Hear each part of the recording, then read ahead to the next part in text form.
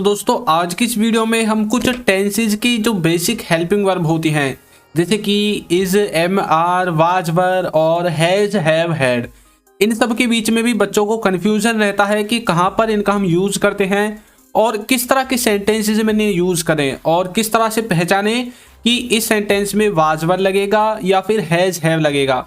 तो आज आपका डाउट इस तरह के सेंटेंसेस से बिल्कुल क्लियर हो जाएगा। तो चलिए शुरू करते हैं। तो देखिए सबसे पहले इसमें देखने वाले हैं हेड को। तो देखिए हेड का मतलब होता है चुका था, लिया था, दिया था, ली थी, दी थी। मतलब कोई कार्य आपने पास्ट में किया था, मोटा मोटा इसका ये मीनिंग है। अब यहाँ पर देखिए, यहाँ पर आपको एक ग्राफ दिख रहा है। इसमें फर्स्ट पर लिखा हुआ है हेड, सेकंड पर लिखा हुआ है पास्ट, उसके बाद है प्रेजेंट। अब यहाँ पर देखिए डॉटेड में लिखा हुआ है प्रेजेंट, यानी कि अभी चल रहा है। तो यहाँ पर ये कंटिन्यूअस है। उससे पहले जो पास्ट है और उससे पहले हेड है। अब देखिए जो पास्ट है यानी कि इससे पहले पास्ट में भी थोड़ी सी पहले के वाक्यों को यदि हम बात करें, ये जो यहाँ पर पास्ट है यहाँ पर आप यूज करेंगे डिड का, या फिर आप जो सेकंड फॉर्म यूज करते हैं ना, यहाँ पर मैंने सेकंड लिखा हुआ है, तो यहाँ पर आप सेकंड फॉर्म यूज करते हैं किसकी, वर्ब की। तो यहाँ पर पास्ट इंडेफिनेट बनेगा। लेकिन पास्ट इंडेफिनेट से भी पहले यहां पर आपको हेड का यूज करना है। देखिए कैसे, जैसे कि मैं खाना खा चुका था।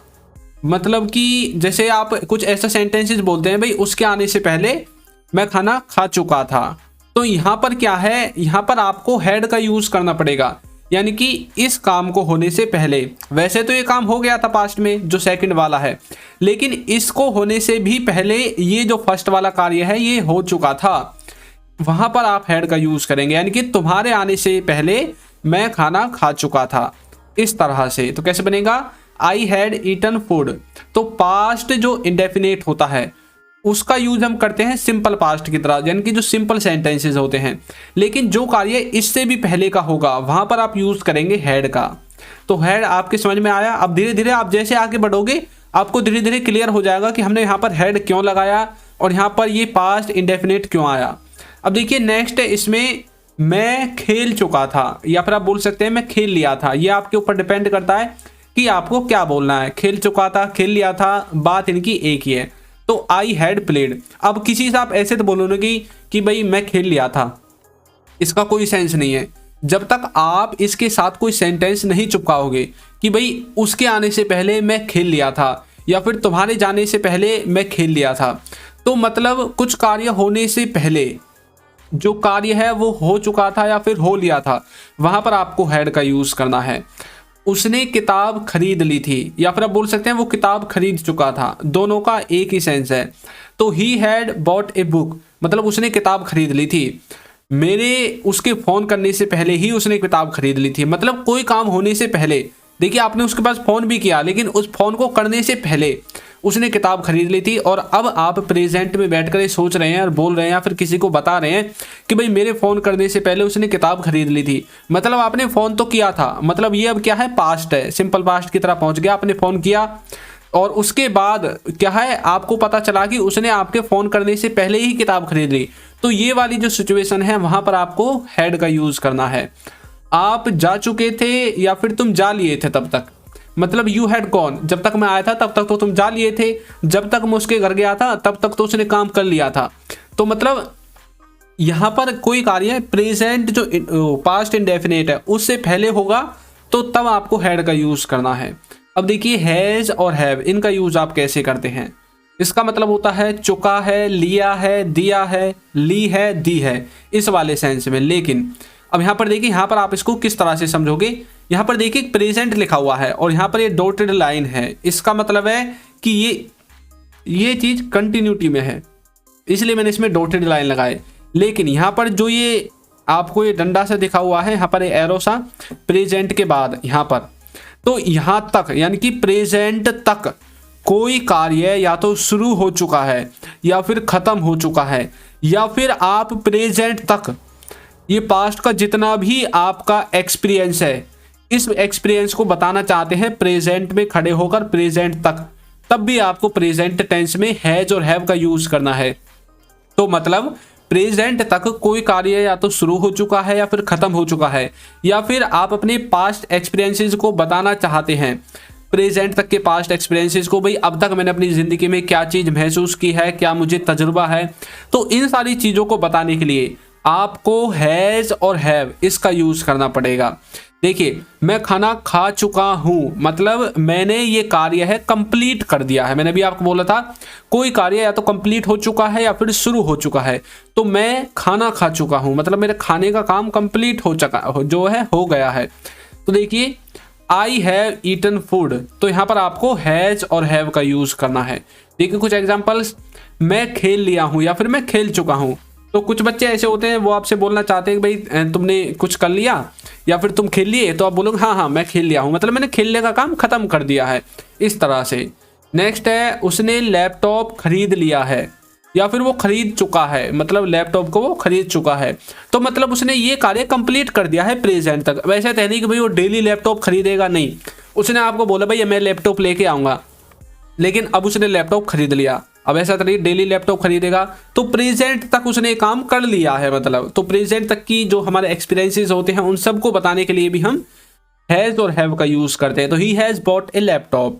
नेक्स्ट है, वो जा चुके हैं, तो कैसे बोलोगे, यहाँ पर वो है वो जा चुके हैं, तो कैसे बोलोगे, दे हैव गॉन, इस तरह से, मतलब वो जा चुके हैं। तो इस तरह से आप इसको समझोगे। नेक्स्ट है आपका डिड। डिड को आप कैसे समझते हो, देखिए इसका मतलब है लिया, दिया, ली, दी, मतलब पास्ट इंडेफिनिट को दर्शाता है डिड। और डिड का यूज हम कब करते हैं, जब पास्ट इंडेफिनिट में नेगेटिव इंटरोगेटिव या फिर नेगेटिव इंटरोगेटिव सेंटेंसेस को बनाते हैं। तो देखिए यहाँ पर ये चार्ट है, इसमें आप कैसे समझोगे, मैंने शुरू में ही आपको बता दिया था कि जो हैड से पहले वाले वाक्य जहाँ पर सेकंड लिखा हुआ है, यहाँ पर आपका पास्ट इंडेफिनिट यूज होगा, यानी कि डिड। मतलब कि जो कार्य है आपके पास्ट की तरफ इशारा करते हैं। देखिए ये जो प्रेजेंट जो परफेक्ट होता है, यानी कि हैज हैव होता है, यहाँ तक खत्म हो जाते हैं, मतलब प्रेजेंट तक वो कार्य खत्म या शुरू हो जाते हैं।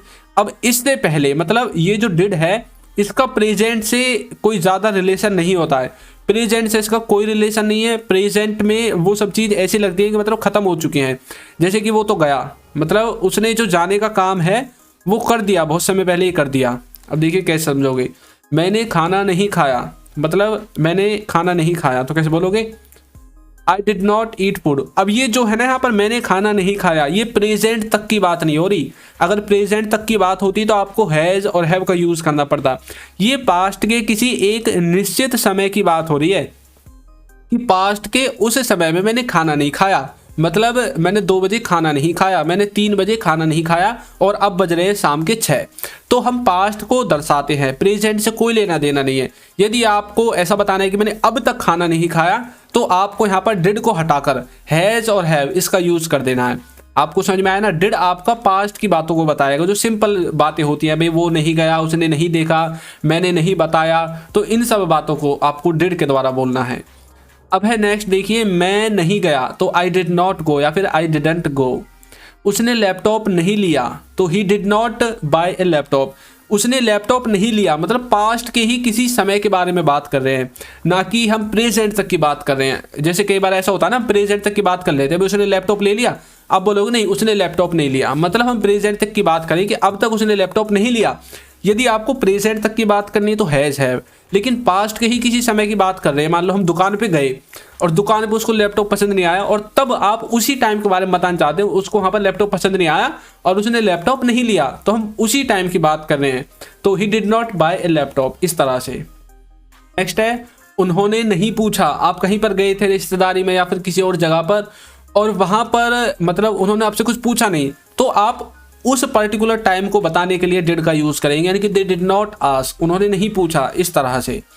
नेक्स्ट है वाज और वर। इसका हम कैसे यूज करते हैं, देखिए इसका मतलब होता है रहा था, रहे थे, मतलब कोई कार्य जो पास्ट है ना, पास्ट में रेगुलर था, रेगुलर अवस्था में चल रहा था, जैसे कि वह जा रहा था, मैं खा रहा था, तो ये रेगुलर है, मतलब उस टाइम में जो क्रिया थी वो कंटिन्यूअस थी, कंटिन्यूटी में थी। अब यहाँ पर देखिए ये जो चार्ट है, इसमें ये जो देखिए पास्ट में यानी कि प्रेजेंट से पहले और हेड से पहले, यहाँ पर देखिए पास्ट में डॉटेड लगाया हुआ है, तो यहाँ पर आपको वाज वर का यूज करना है, यानी कि जो कार्य पास्ट में रेगुलर थे। मैं पढ़ रहा था, मतलब कि जब तुम मेरे पास आए थे उस टाइम तो मैं पढ़ रहा था, तो आई वॉज स्टडिंग, मैं पढ़ रहा था। नेक्स्ट है वो सो रहा था, तो ही वाज स्लीपिंग, वो सो रहा था, यानी कि जब मैं उसके घर गया उसे बुलाने भाई तब तो वो सो रहा था, यानी कि ही वाज स्लीपिंग। इस तरह से हम देख रहे थे, तो वी वर वॉचिंग, इस तरह से आप बोलोगे। नेक्स्ट है आप सोच रहे थे, तो यू वर थिंकिंग, तो आप सोच रहे थे, यू वर थिंकिंग। तो इस तरह से आप इसे समझोगे। तो मतलब कोई कार्य है पास्ट में रेगुलर हो रहा था। तो दोस्तों वीडियो आपको कैसी लगी है जरूर बताइएगा, और यदि अभी तक आपने हमारे चैनल को सब्सक्राइब नहीं किया है तो चैनल को सब्सक्राइब कर दीजिए, वीडियो को लाइक कर दीजिए और एक अच्छा सा कमेंट करना बिल्कुल ना भूलें। Thank you.